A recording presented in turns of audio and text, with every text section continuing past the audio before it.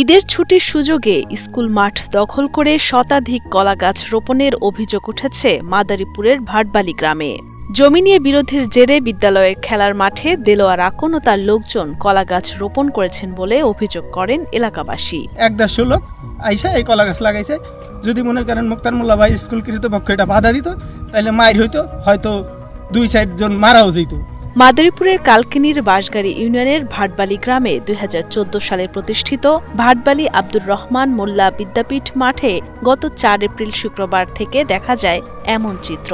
গাছ রোপণের সময় বাধা দেয়া হলে হুমকি দেয়া হয় বলে অভিযোগ বিদ্যালয়ের শিক্ষক ও প্রত্যক্ষদর্শীদের। আইসা থেকে যে জেলা রাখুন আর এবার অনেক লোক প্রায় ১০০ মানুষ লিয়ে আয়া এই কলা গাছ লাগাইছে স্কুলের মাঠে। এখন তার লাগে আমি আর কোনো পার্থক্য করি নাই, করলে হয়তো মারামারি হয়। যখন এখানে মাটির ভরাট করে, এগুলো ছিল পুকুর, আমি দেখছি এগুলো ভরাট করে স্কুল তৈরি করছে। এখন এইগুলো নিয়ে তাদের ভিতরে কি দ্বন্দ্ব, এগুলো তো আমরা জানি না, আমরা দূরের মানুষ। আমরা চাই এটা একটা মিট হোক, যেহেতু একটা স্কুলে যদি জায়গা বেশি থাকে, মাঠ বড় থাকে, তাহলে ছেলেমান ভালোভাবে খেলতে পারে। বিদ্যালয় কর্তৃপক্ষের দাবি, বিদ্যালয়ের নামে দলিলভুক্ত ১ একর ৮০% জমিতে ভবন ও খেলার মাঠ নির্মাণ করা হয়। হঠাৎই গত শুক্রবার দলিলভুক্ত জমিতে অবৈধভাবে গাছ রোপণ করেছেন স্থানীয় দেলোয়ার আকন ও তার লোকজন। এ ব্যাপারে থানায় লিখিত অভিযোগ দেয়া হয়েছে বলে জানান বিদ্যালয়ের প্রধান শিক্ষক। আমি পদক্ষেপ নিয়েছি, আমি টিউনের সকালবেলায় ফোন দিয়েছি এবং শিক্ষক স্যারেও বলছি, এবং পরে টিউনের সব নাই আসছিলেন, স্যারের দায়িত্ব দিয়েছে, সে বলছে আপনারা কি করেন, থানায় অভিযোগ দেন।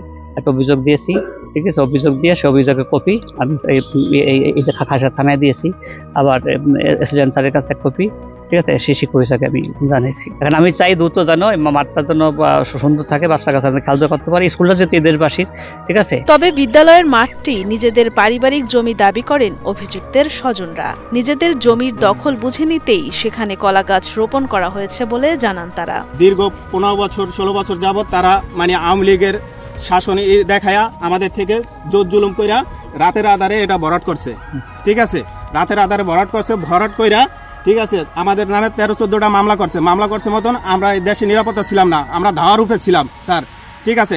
এখন আমরা এই ৫ তারিখে সরকার পতন হওয়ার পরে, ঠিক আছে, তাদেরকে আমরা সালিশের মাধ্যমে বলছি আমাদের জমি জমা এগুলো আমাদের বুঝ দেন, ঠিক আছে। তারা ডেট করে, তার অমুকের মায়ের বিয়া, অমুকের পোলার বিয়া, অমুকের মায়মুরা যায়, এরকম ডেট করছে, অনেকবার ডেট করছে, প্রায় ১০০ ডেট করছে, তারা কোনো সমাধান দেয় নাই। এখন আমরা নিজেরাই এটা মাইপা আমাদের যে দাদার কাল্যার সম্পদ ওইটা আমরা নিজেরাই বুঝ নিছি। এ বিষয়ে তদন্ত করে প্রয়োজনীয় আইনগত ব্যবস্থা নেওয়া হবে বলে জানান মাদারীপুরের অতিরিক্ত পুলিশ সুপার চাতক চাকমা। আইনগত ব্যবস্থা অভিযোগ যেহেতু হয়েছে, এখন আইনগত ব্যবস্থা যদি কোনো কিছু নেওয়ার থাকে আমরা অবশ্যই সেটা নেব।